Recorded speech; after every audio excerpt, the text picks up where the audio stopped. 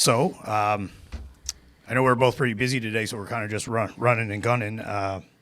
Just wanted to welcome you on the Halifax Network Podcast. So, Rory Fox with Swole Bears. Thank you for having me. Yeah. It's cool the people you end up connecting with over social media, and it's a great tool if you use it for the good stuff or the right things. And I know you reached out to me initially to kind of help trying to find you a licensed kitchen so you could expand your business and scale. But unbestowed to some people, actually, commercial kitchens or licensed kitchens for this kind of things is actually might be a big business opportunity for somebody, actually, because we have a big shortage. Because like you say, like there's a lot of food trucks and catering companies, and if they don't have a space of their own to establish one of these kitchens, there's not a lot available. So a lot of times people are using like old churches, generally have licensed kitchens, which I don't think a lot of people know. I didn't actually know until I started like diving into it. And then even like the Legions, and then there's, like you say, like Novely Kitchen, but that's more on like a part-time slot by slot basis. You need it for much more than that. So yeah, it's been challenging. I'm still keeping my eye out there for you, but definitely a difficult one to find. So yeah, I mean, there's not really anything out there. I did quite a bit of digging, and it was just ones you could rent for a few hours, but nothing really full time. Yeah, man. So why don't we start a little bit with an introduction? So how old are you? Where you from? Where'd you go to school? And then like maybe bring us through like how this whole little business come to be. Like what interest kind of primed this up, and what kind of inspired you to get started instead of like, the traditional route. When I was younger, it was like, you got to go to university and get a job with a degree and a pension and a benefits and da-da-da-da. Like, so let's just start with a little bit of your background. Like, tell us a little bit about Rory. Yeah, so I'm 17 right now. I started Swole Bears a little over 3 years ago. I grew up in Lower Sackville, still live there, and I just recently finished school at Lockview, graduate there in the spring. Did an online program, so I was able to have more time to run my business. But yeah, in February of 2023 is when Swole Bear started. And just prior to that, I just needed a bit of cash. I was trying to enter a powerlifting competition. Nice. And those cost a few $100s. And I didn't have any money because I didn't have a job, and I was 14 at the time. So I started selling candy at school. So once a week, I'll go to the dollar store, buy a bunch of candy, chocolate bars, just whatever you can name, I bought it. And then I'd make homemade fudge. And the next day I'd walk around school and hand out little samples of the fudge and just sell candy to people. So that was how I started. That was how I started off Swole Bears and made a bit of cash just by selling candy. And then I went to the gym that I was planning to compete at, and I told the owner, and he said, you should come in here and sell some candy and make some more money. But I didn't really feel great about selling candy to people in the gym. Kind of counterintuitive, isn't it? Yeah. So, I mean, at first I brushed it off a little bit, and then my dad mentioned it again. And I thought that's a fair point. Like, I try to stay away from sugar myself, so why am I kind of promoting it to other people? So I decided to kind of make my own recipe. I was really big into the gym, and I used to make my own high-protein donuts and all these desserts. So I thought, I love candy, but I haven't been able to eat it since it's full of sugar and not very healthy.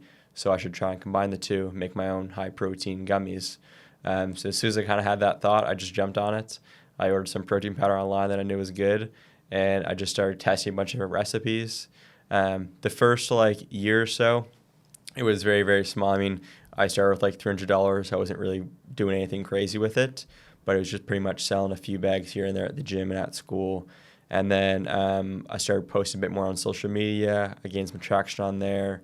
And around the 1 year mark, I got like a shout out from an influencer in the Halifax area, and that kind of grew my social media following quite a bit. So I got up to around 6,000 followers and had a bit more demand for like shipping. So at that point, I was like, I really got to take this more seriously and try and grow this. So I got all the legal stuff I need. It's like a food handler's permit. I looked into getting a commercial kitchen. I got business insurance. I registered the company and did kind of all the legal work I needed to. I got legit packaging with all the there's quite a bit of stuff you need for actually sell food in stores. So once I got packaging looks great, and the displayers as well. Like I used to be in the consumer packaged goods world, so I know all about those displayers and the power of like having it properly branded and looking nice. So like wanted to commend you on that, because every time I see your packaging, I was like, I think you nailed it. Thank you. Yeah, I mean, I definitely did not do that myself.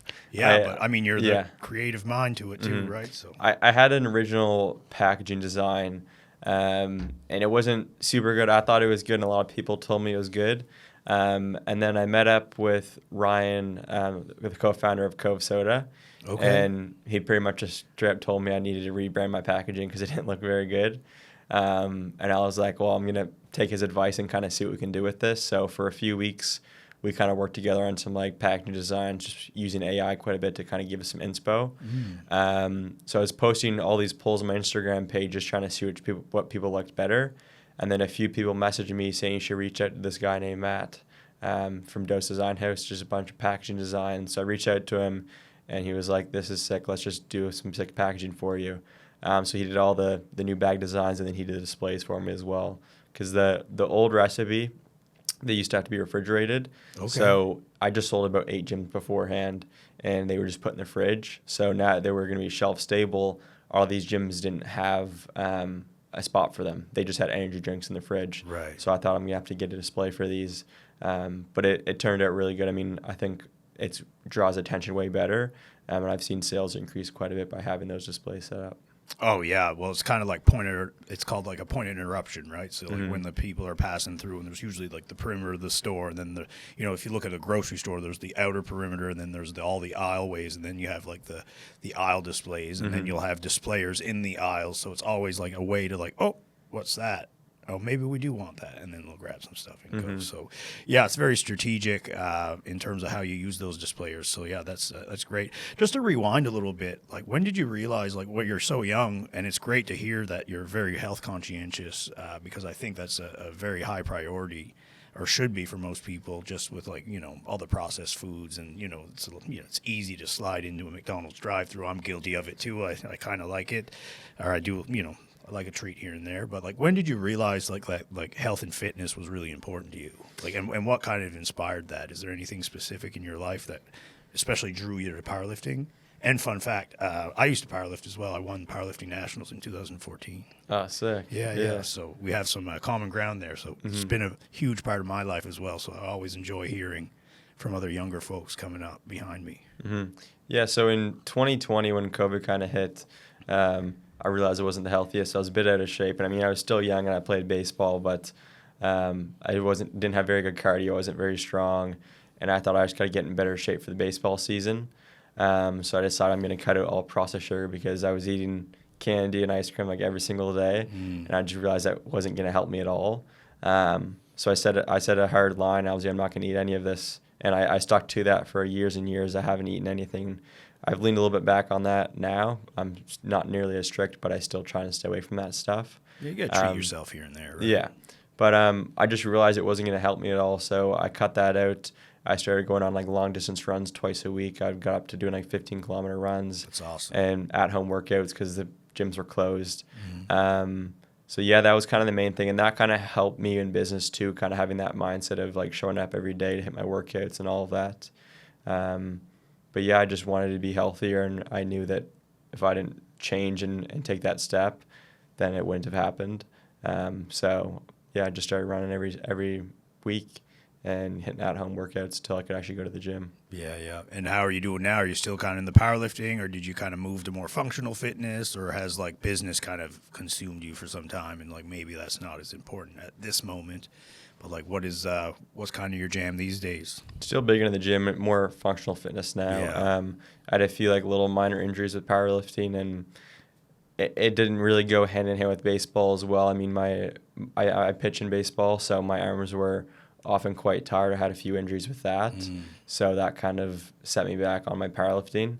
And then I just made the decision I just want to do like more functional bodybuilding type training. Yeah. So that's what I've been doing. I used to train around 6 times a week. Now that the business is a bit busier, I still try and get in there like 4 times a week. That's plenty. But still just like quicker workouts and higher intensity. Yeah. Are you still supplementing some cardio with those few runs and stuff, or are you kind of just throttled back a bit since the gyms are open now, and because I did the same thing. So my background, I started, where I grew up in rural Yarmouth County in a little place called Argyle.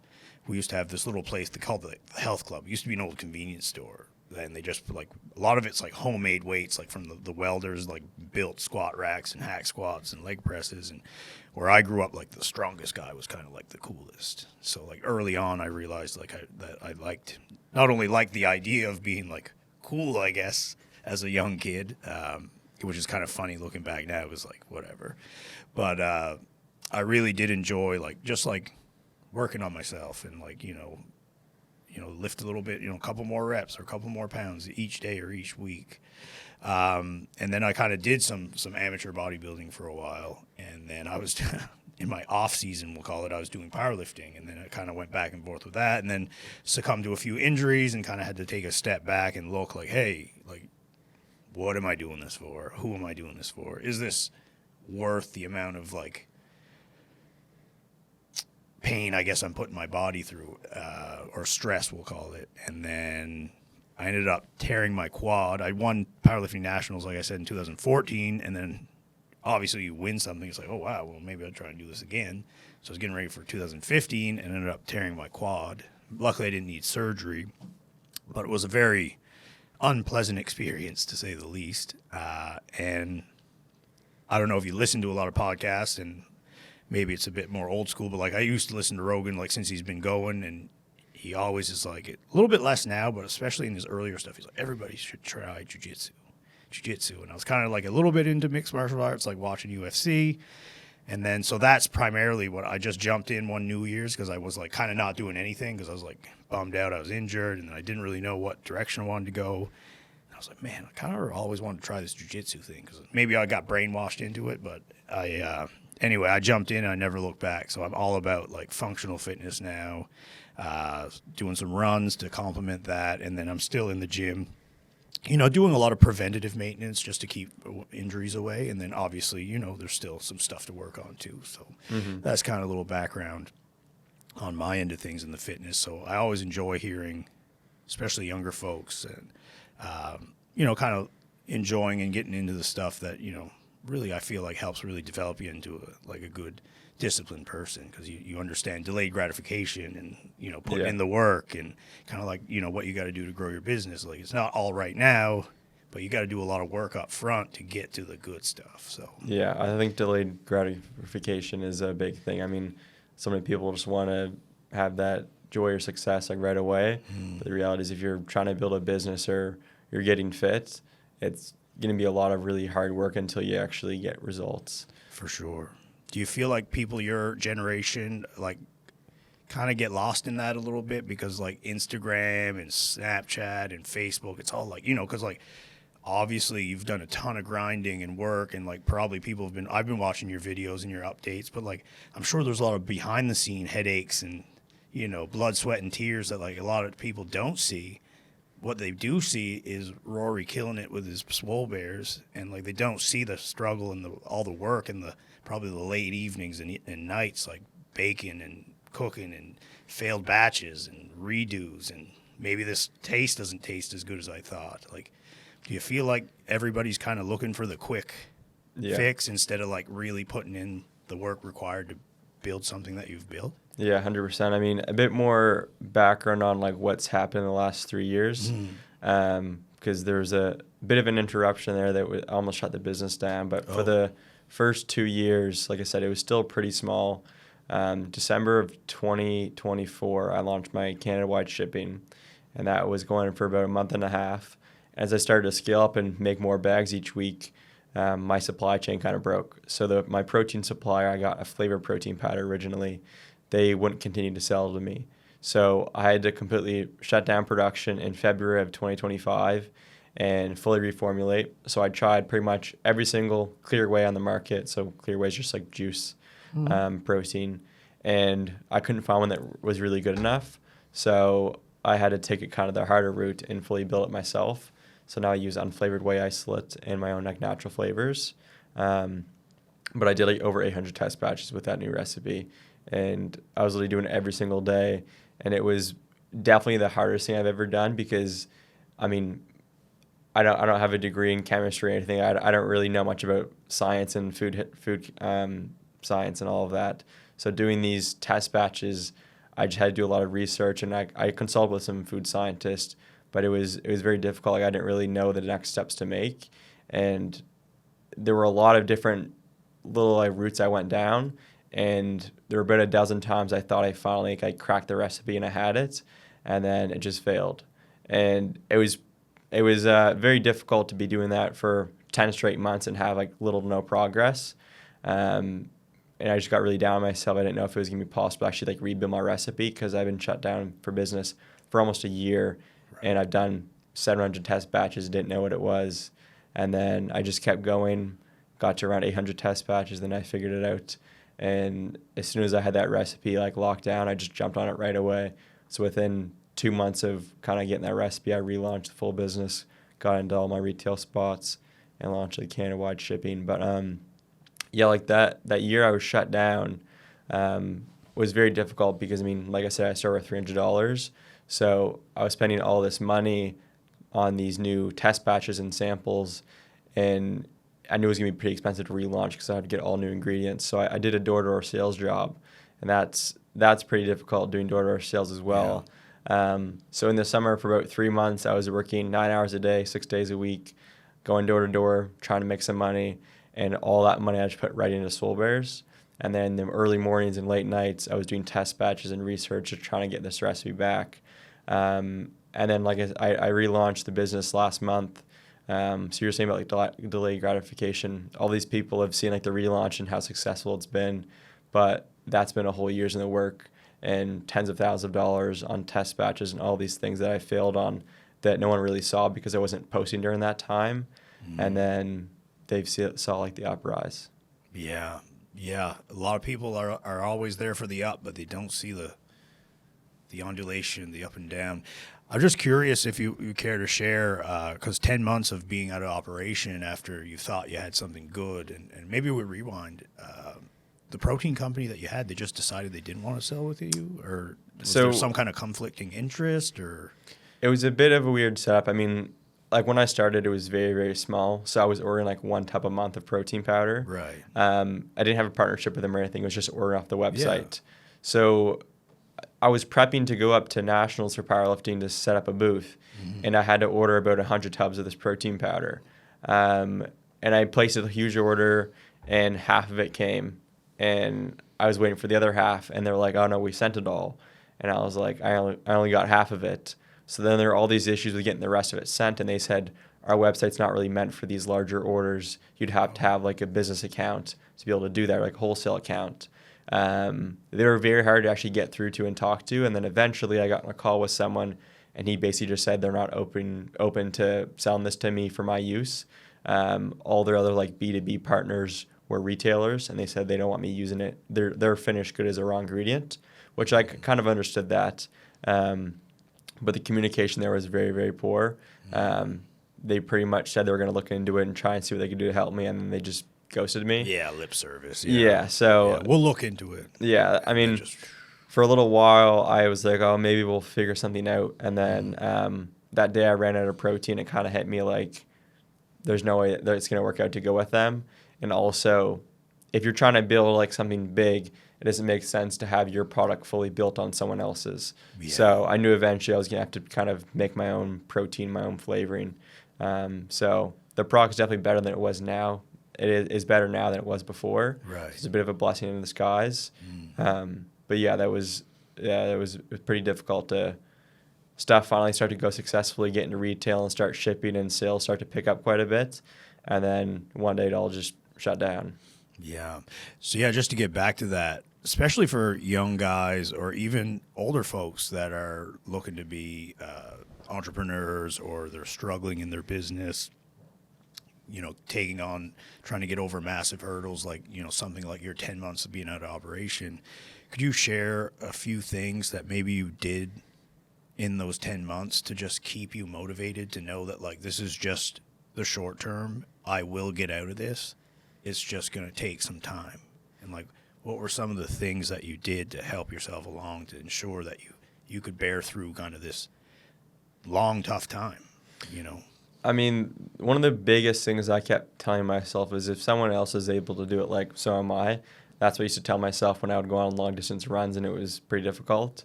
But I just thought to myself, if someone else can create this protein powder that tastes really good, I can create a protein powder to go into my Swole Bears, or I can create a product that tastes really good. It was a bit difficult because there weren't really other protein gummies on the market, so I didn't really have too much to compare it to.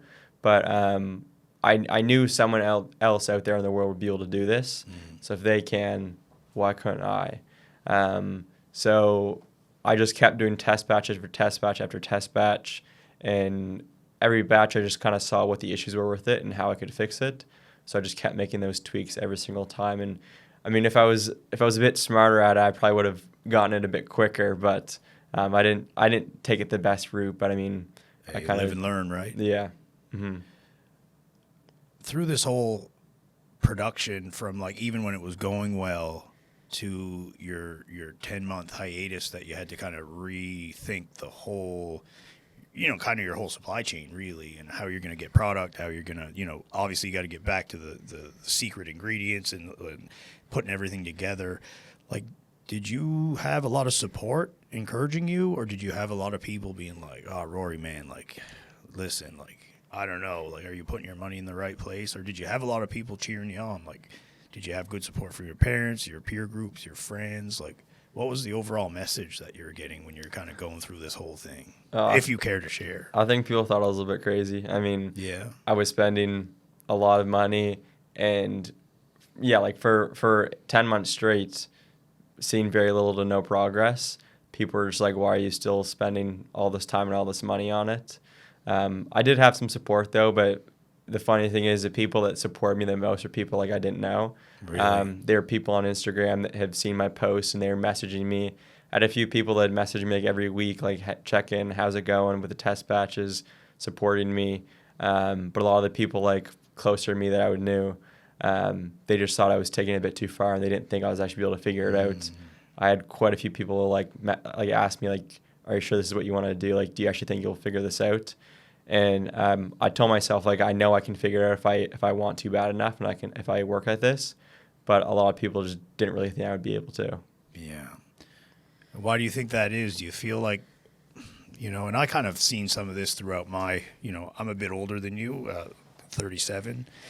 And I'd say, like, my experience in, like, starting a business is fairly synonymous to yours, because I found I got a lot of support in, like you say, people that I really didn't think were that supportive or even knew me that well for the sake of better explanation.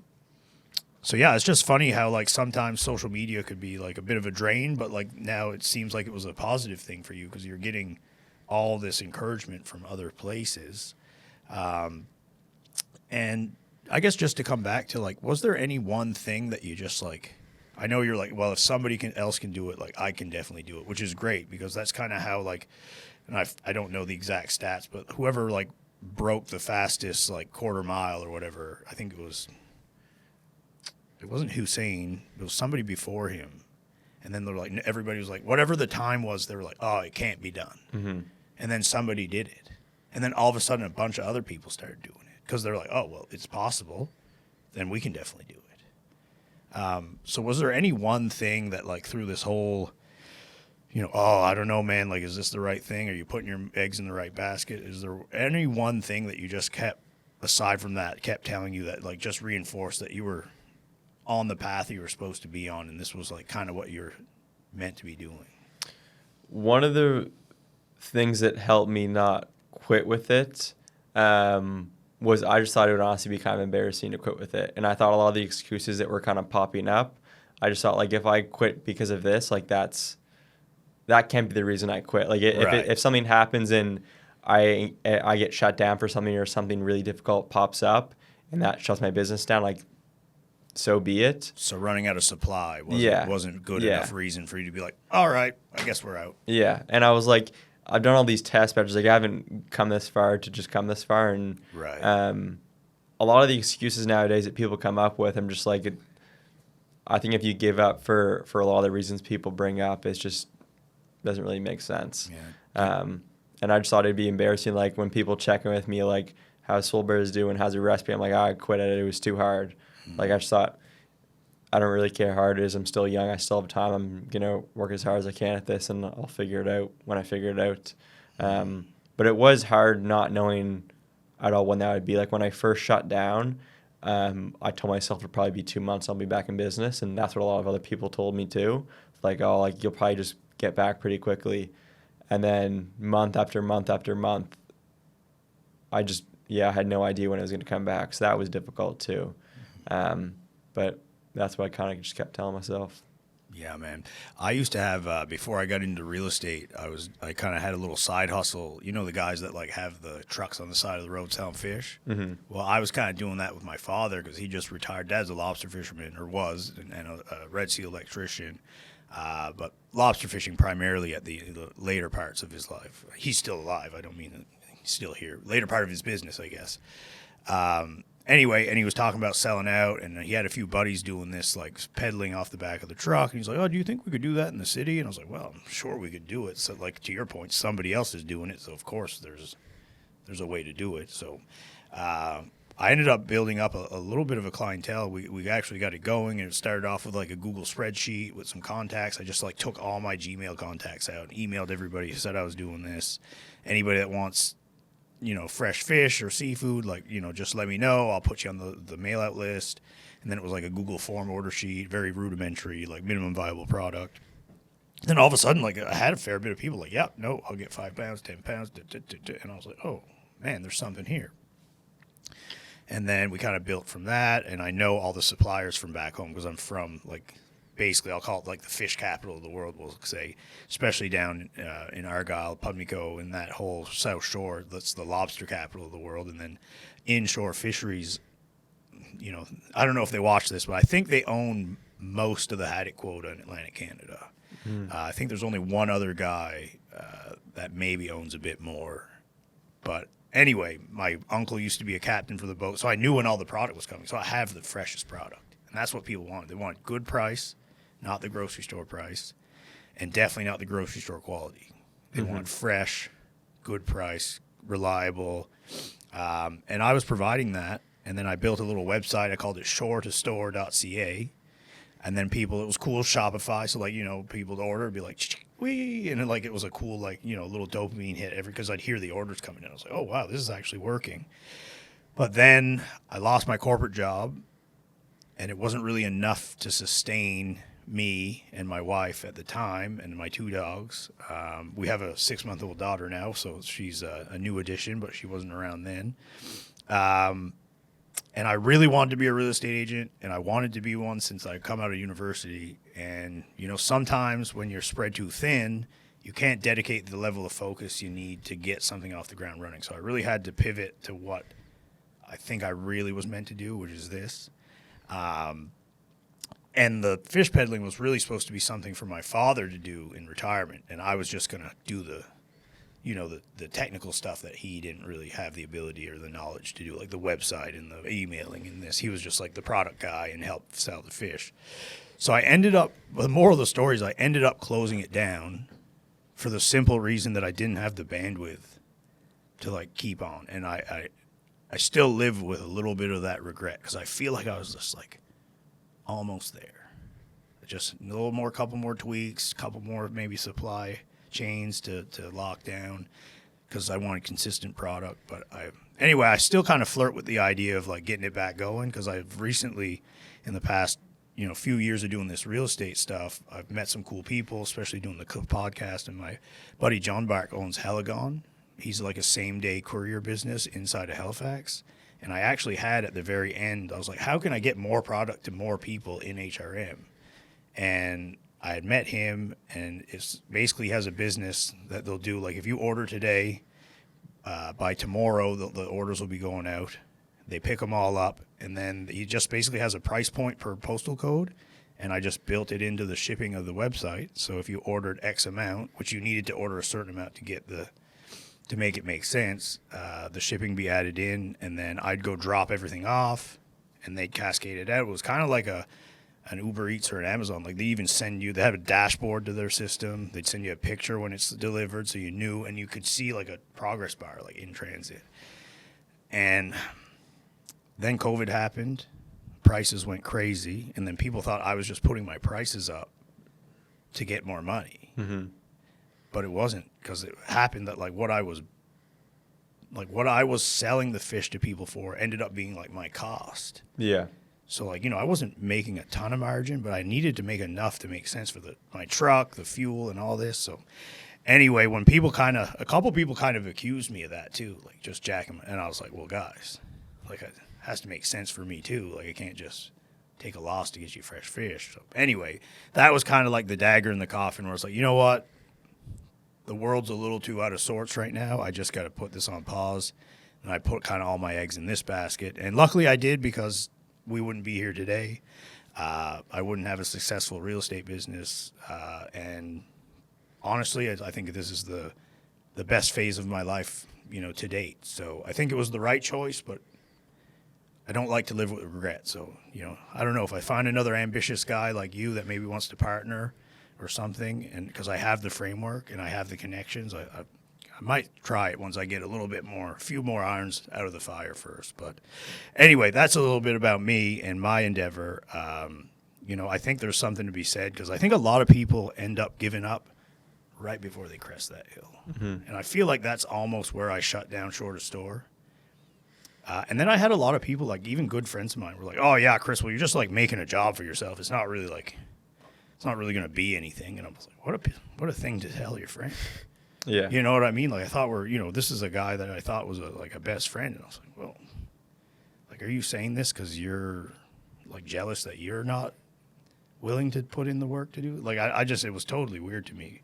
But anyway, it's good to hear you have people in your corner. But speaking of the people in your corner, you said you got all the licensing, you got your food health safety course, all these licenses. Did you have any business mentors, or who coached you along to help you out with all this, or did you just kind of get after it and look into it and research it yourself? Did you have any official mentorship to get this going? I mean, most of it was myself. It was really, yeah. The thing about a food business and all the handler permits and all of that is the information of what you actually need to be able to sell in stores and ship. There's no way to really find out exactly what you need. There's no one-stop shop website, government website or some kind of provincial. No, not really. When I first started, I just got a sole proprietorship and I got my food handler's permit, and then there were a dozen other things I never knew that I was gonna need, and even really small things. So I met up with this guy, Kaladi. He works at You know what's funny? I was just gonna mention him to you. Anyway, carry on. Yeah, he's a great fellow. Yeah, I met him in a Dragon's Den audition, and I was just about to order a bunch of packaging, and I showed him my design, and he pointed at 5 things on the packages that I needed to fix to be able to actually use it.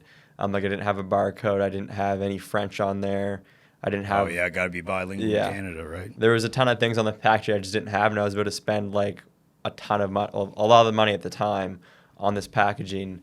Right. And I was like, I never knew about this, and just a ton of other things like a CFI food permit, commercial kitchen, what that actually means. I can't just make food out of my kitchen. Right. There was one guy, though, that helped me with a few things closer to the end of it. I had most of the stuff set up, but I was still kind of struggling with a few things I was going to need to get into some retail spots. And he had been in the food business prior, so he was just helping me out with a few of those small things. But most of it I did do myself, and now they're my parents are supportive, but none of them were in business and they don't have any experience in this, so it was pretty much just all up to me. That's cool, man, because I feel like people would have probably buckled a lot sooner than you have. So it's cool that you had the ability to just kind of put your head down and find all this information. Do you mind me asking, did you just physically research anything? I know obviously I use ChatGPT a lot, AI. Were you kind of asking AI questions, or I guess maybe that wasn't even such a thing when you first started? Maybe it's a help now, but it was a lot of manual digging and searching and asking questions to kind of see if you could find the information you needed. And I have a bit of experience because I needed a peddling license, but it was it's kind of pretty easy to find one thing. Sounds like you had a lot of stuff that you had to kind of source and figure out and learn, and kind of, actively kind of pivot if you didn't have the right stuff. Like, how were you going to, get it fixed? And, like you say, what about if you did order that packaging and you didn't talk to Kaladi and he didn't tell you, like, oh, wait, like, don't spend that money. Like, this is no bueno. Mm-hmm. And shout out to Kaladi and Hope Blooms, by the way. He's actually going to come on the podcast here soon. I met him in the office. He works with, I think he consults a little bit with Mike Chiasson, one of my counterparts, just over one office over, and Kate. Helps him out with a lot of online stuff, marketing. He's a very bright guy, super nice fellow. So I'm really looking forward to chatting with him.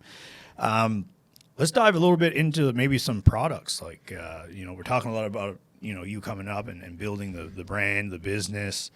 Why don't you tell us a little about your product? Obviously we know they're protein gummies. Like, do you have like a favorite flavor or top 3?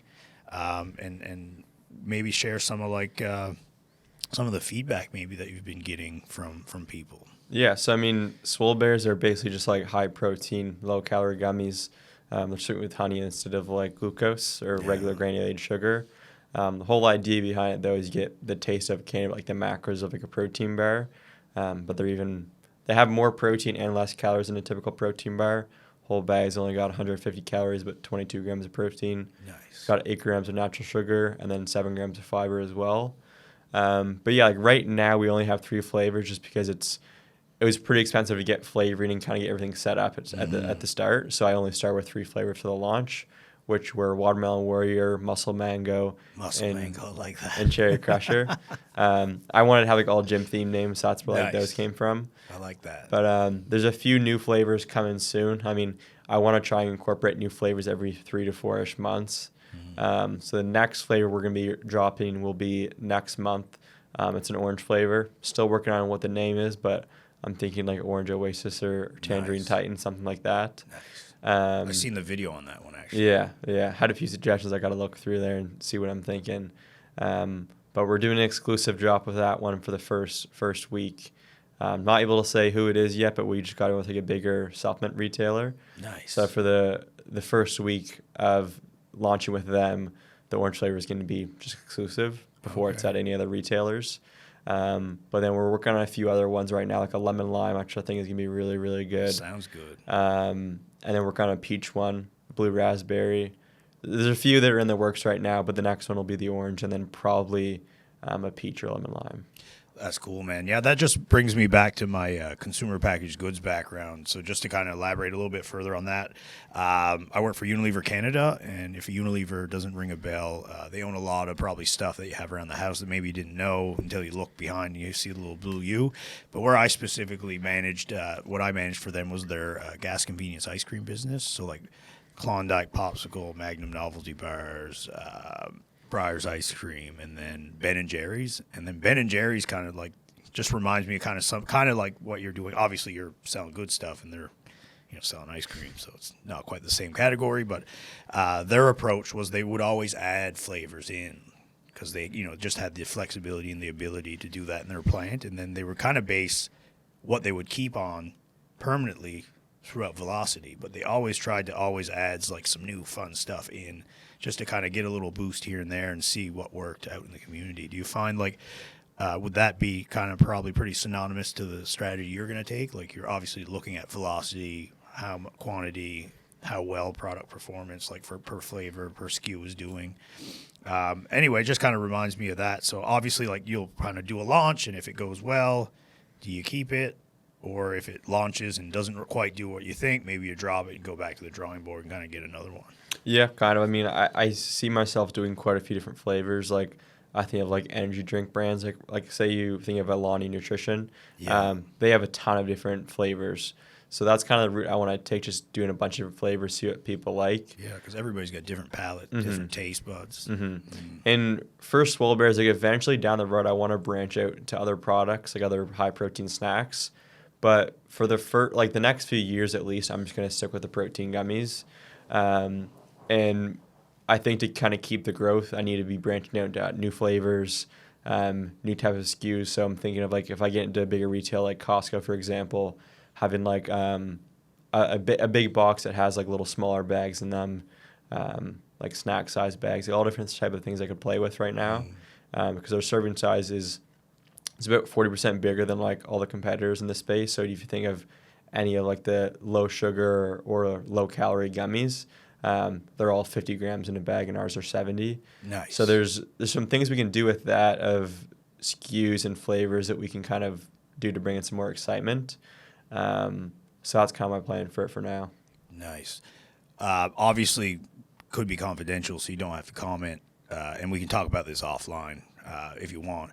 But I was just curious, like, have you approached any of the chains, like grocery chains? Like, being in consumer packaged goods, I still have a pretty decent amount of contacts in that world, especially up in Stellarton. So anyway, I would happily try and get you in front of somebody in Sobeys if I could. We're actually getting into Sobeys in the next few months. Amazing, even better. They have a local small supplier program. I'm not sure if you're familiar with that. Yeah, a little bit. But pretty much what that is like, Sobeys would love to have small businesses sell in their stores. I mean, it's a great advertising thing, but also a lot of times the local products taste better. But most local businesses can't supply 350 Sobeys. So the whole idea with this is you can sell in like 5 stores or even less if you need to. Right. So I got introduced to that program last year before we shut down. And then I got connected with the guy that runs it. We kind of talked through it. He loved the product, thought it was super, super cool. So once we got the recipe locked back in about January or end of December, we kind of just started working on that paperwork again. So right now we're in the process of getting like put into their system and becoming a vendor with Sobeys. Nice. And then we have to individually pitch the stores. So yeah, like once I'm listed, I'm able to just call up the stores. And it starts off with only being able to do Nova Scotia, but that'll get us our first 40 locations. And then if those are doing well, we're able to branch out to the other Atlantic provinces. Man, that's awesome. That sounds like you're really going in the right directory, man. Because I was just thinking, like, I used to know her. Oh, God rest her soul, she's not around anymore. But Mama T's protein cookies, like, you know, the reason that kind of comes to mind is because she used to do kind of the same thing as you, like bake it all herself, kind of sold it, hustled it all, grew the brand, and then all of a sudden, bit by bit, it gained traction. Next thing, they're in a couple locations. Now I think you can find a Mama T's protein cookie in almost any Sobeys, at least in this side of the country. Mm-hmm. So, yeah, I mean, that's awesome, man. So, yeah, so looks like you're already thinking ahead of me. So. I'm trying to get up to a little over 100 stores in the next 3 to 4-ish months. One thing I haven't really talked too much about yet, but our online store is going to be getting paused in about 2 months. Once it starts to get pretty hot out, it's a bit more difficult to like ship Swole Bears. Right. Say it's 30 degrees out and they're getting put in the back of a UPS truck. Right. Probably going to melt. Yeah. We're able to put ice and like thermal wrapping in there for our retailers, but it just costs quite a bit more and it's not very time efficient to be able to do that for smaller orders on our store. So kind of my plan is to continue the online store and shipping until likely end of May or when it starts to get quite a bit warmer, and then pause that. And then I want to try and add 100 retailers over the summer to kind of keep that demand going and even growing a little bit, and then relaunch the online store probably in like September. That'll just give us a chance to focus a lot on the retail while still increasing sales, and not having to worry about orders getting shipped out and melting. Yeah, for sure. There might be an opportunity, too, if you needed direct kind of B2C delivery, too. I could hook you up with my guy, John Bark. He might be a good place to start with Haligon, see if there's some ability. Because, like, if you're just bumping around orders around HRM, which is where they service, and even, like, you know, quite on the outskirts as well, you know, it might be a good way to get a bit more local reach as well. But we can talk about that offline anyway. I don't want to, you know, impose anything, but I'm always happy to help if I have a connection that can help somebody. Our online store will still be active for like pickups. Like right now we offer pickup for like HRM. Okay. And we have quite a few retailers there. Most of our orders are getting like shipped. Nice. We have quite a few in Ontario. Surprisingly a lot in like Manitoba. And really? Then what's driving Manitoba sales? I don't even know. No? Just like social media, I guess. Nice. Yeah, I mean, built a little bit of a following on social media, so that's where most of our customers probably come from. Like we don't run any ads or anything. It's all just organic content and organic reach. But yeah, with quite a few. It's mostly been in Atlantic Canada, but a lot of Ontario, Manitoba, BC, and Alberta. Nice. So yeah, like I just think once it gets quite a bit pretty warm out, it's just not going to be worth it to spend a ton of time packaging orders, and it's still risk being melted. Because you want to maintain the product's integrity for sure. Yeah, for sure. Anyway, Manitoba, that might be a guy you want to hook up for a few collabs with. Do you know DJ Blitz? DJ Bliss, yeah. Yeah. So Daniel's a good buddy of mine, and he's a client as well. And he's a big influencer online too, and he's from Manitoba. So I was just wondering maybe if you hooked up with him, if he's one of the guys that give you the shout out. But he's done some reviews on them, but I'm trying to remember when that would have been. But I think that would have been after we launched the online store, and we saw some traction from Manitoba before he posted anything, I think. Okay. I was just wondering if it was driving anything from him because he's from there. So. Mm-hmm. Yeah, that's cool. Next thing, you want to get a sticker on that Red Bull car. Yeah. Huh? That'd be cool. All right, man. So what's kind of your bigger outlook for the business? You're just trying to just get in as many retailers as possible. Do you got any like short-term, long-term goals that you're willing to share? I know obviously some stuff's kind of like secret, but you can't say everything. But how do you see Swole Bears in the next like 5 to 10 years? Like, what's your vision? I mean, the main thing I'm trying to focus on right now is the retail. I mean, obviously online is doing good. I just see more room for growth with retail, and it's a bit easier to grow that way. So right now I'm trying to just target right now it's all individual places, pretty much individual gyms and like small health stores. But I really just want to get on some like bigger chains. So we'll be launching with Sobeys, which will have 40 locations in Nova Scotia. If we're able to get like distribution for all of Atlantic Canada, that'd be over 80 stores. If that goes well, if we can get to all 300 stores. And then you start thinking about the other supplement retailers like Supplement King, Popeyes, Shop Santé, what they just opened up in Dartmouth. Yeah, they're just brand new. I had somebody tell me about that the other day. Yeah, and so many other retailers available, like Costco is like one of my big dream retailers. I just think they would do really, really well at a place like that. So the next 2 to 3 years, I'm going to try and grow my retail just quite a bit. I want to get over 1,000 retailers in the next 2 to 3 years. That's a great goal. Yeah, so like we're about to move into a bigger type of warehouse. Because right now we rent a kitchen out of a church and we store all the ingredients and like finished product in my house, but the space is pretty limited. For sure. So first step is kind of get a bigger place where we'll actually scale production. I've been doing it all myself, which has been a bit too much. Like I'm working in my kitchen like 13 hours a day. Wow. So I need someone to help me out with that. So just hired my first employee over the weekend. It's going to kind of help take over part of production. That's awesome. That will likely just be for the next 8 months. We're in talks with some manufacturers able to do this for us, but I don't want to stay at the capacity I'm doing right now because I'm maxed out at what we can do at our current kitchen. So I want to hire someone kind of double production over the summer, and then by the end of the year, be able to have enough demand with some bigger retailers to be able to fulfill like an order from a manufacturer for like 100,000 bags. So that's kind of the plan for the next year or so, and then also the next few years, mainly just really trying to grow the retailers. That's awesome, man. You're a very, very, very inspiring young man. It's very impressive what you've done. And I know you're a busy fella, so just the last couple of things, if you had any advice to young and up-and-comers that are looking to start a business, develop a product, a service, whatever it may be, what would your main piece of advice be to them to keep motivated and be able to get through some of the harder times before you kind of crest that hill and get into, some more prosperous opportunities? I mean, I already mentioned this earlier about like if anyone can do it, like so can you.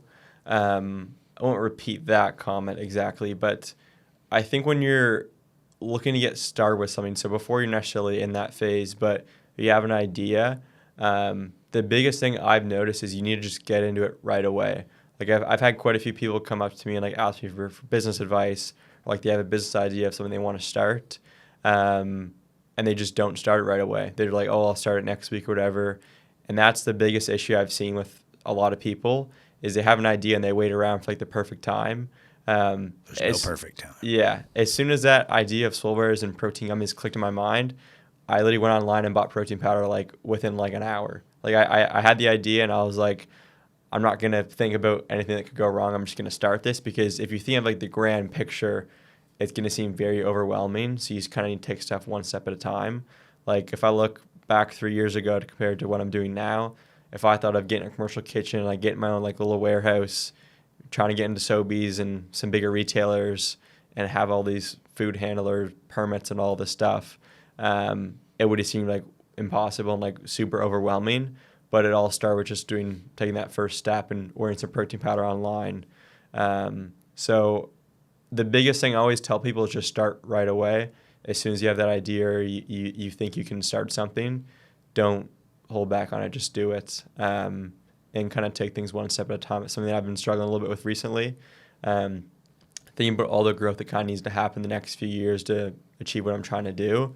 There's a lot of stuff that's like really, really big decisions I'm trying to make. And it can be very, very overwhelming, but I'm just trying to tell myself, like, just take the next step one at a time. That's great advice, man. And I tend to agree with you. I feel like, and I've been guilty of it too. I'm not guilty of it. A few ideas that I let come and go. But yeah, paralysis by overanalysis, I feel like is like a common thing for a lot of people. Everybody's got a good idea, but nobody's really willing to get right into it. And me and my buddy Mike, we meet every Monday to kind of, some best practice sharing and kind of leaning on each other for motivation and accountability. And we always say, like, it's just like the power of one, just one more. Just at least like start, and then one more, and then instead of looking at the big picture, like you say, if you looked at it and you're like, oh my God, I need all this stuff and this and this and this and this and this, it'd be like, it looks like an insurmountable goal. Just start with one thing, and go to the next one, and go to the next. So, listen, man, really appreciate you. I'm gonna do my best to keep an eye out for any kitchens that work. I really appreciate you coming on. I wish you all the success, and if there is any connection that I can make in my past life or today, I'm happy to try and do that for you. I always like to support and try and push along people that are trying to be successful. I love seeing guys your age getting after it, and it's super motivating to see. It fires me up, and I hope there's a lot more guys out there like you, because it'll make the future seem very bright. So thanks so much for coming on. Appreciate you. And you let me know when you got a stock of gummies. I'd be happy to buy some kind of variety pack or something to get in my gym bag. So Thanks for having me. Thanks a lot, man. Have a good day. You too.